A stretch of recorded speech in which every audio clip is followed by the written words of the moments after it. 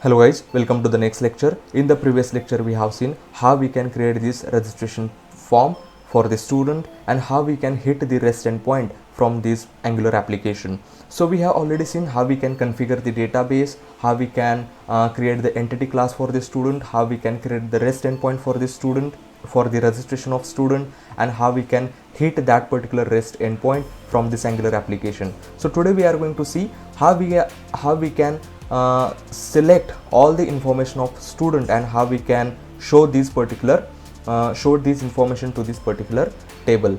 So this video again I am going to divide into two parts. That is, in this video we are going to particularly focus on creating the REST endpoint for the select operation, and after that we will see how we can hit that REST endpoint and how we can fetch all the data to the Angular application.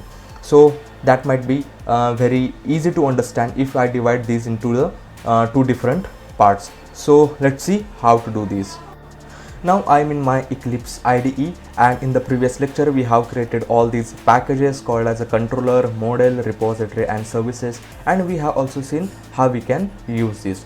So now the content of this video will be like creating the REST endpoint for fetching the details of all the students. So let me go to the controller and let me open this student controller, and inside this we need to write the new REST endpoint. So let me write public, and this will return list of all the students. So let me use return type as a list of student, and then we need to write a method name. So method name will be like get students, like this, and this method will not take anything as a parameter. So we need to import this list. So let me hover over this and it will show me the suggestion of importing the list. So we need to import this list from the java.util package.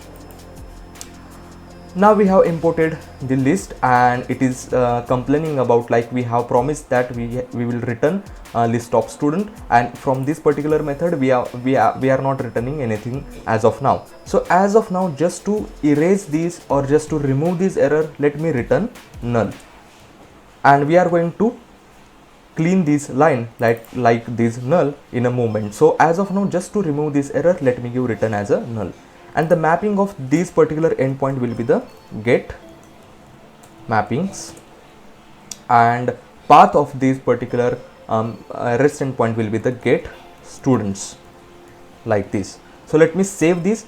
Now we have written our logic in the controller, so we need to go to the service and we need to write the logic again for this service. So let me go to this com.youtube.student.service, and inside this we have one class called as a student service. So let me open these and let me create one method over here. So let me create one method called as a public.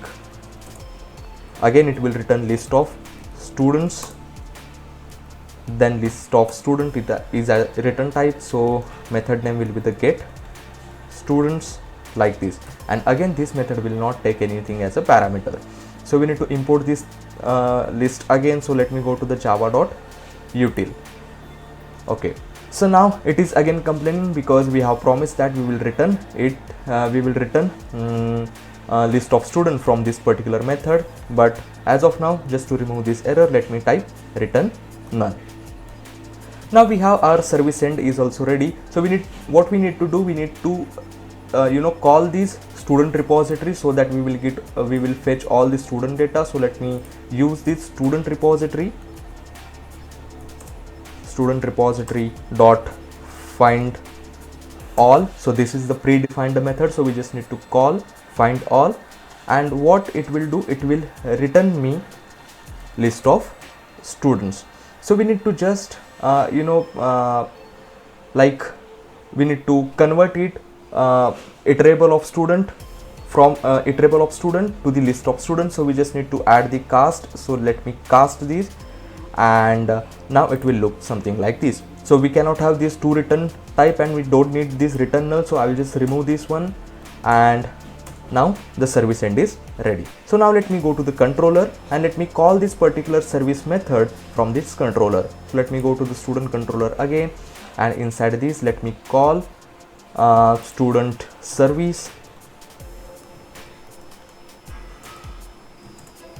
dot get students, and let me return all these values. So we don't need this return null, so let me remove this like this.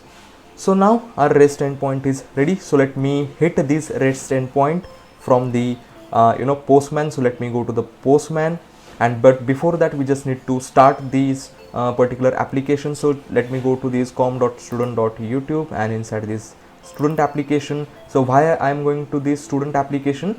Because it is annotated with the @Spring Boot application, and it has the main method. So we need to go into the class which has the main method. So remember that if you have given any different name, then just find for this main method and just go in that particular class and run that particular class as a Java application. So we need to wait a couple of seconds so that it will start running the application.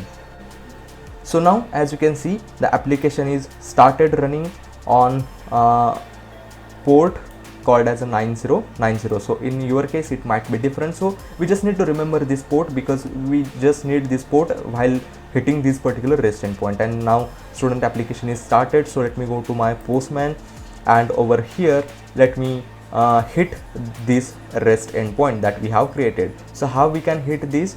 So we need to type localhost, then colon, then 9090, which is my port number, and then slash, and then we just need to give this controller path. So let me copy this get students and let me paste it into this.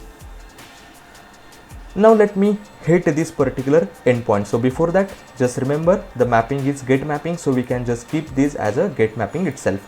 Now let me send the request, and here as you can see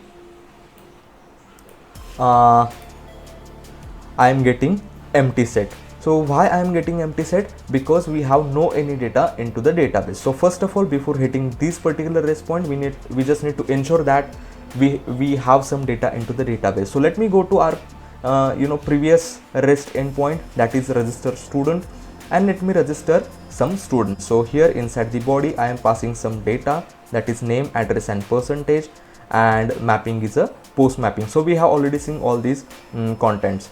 Now let me send this.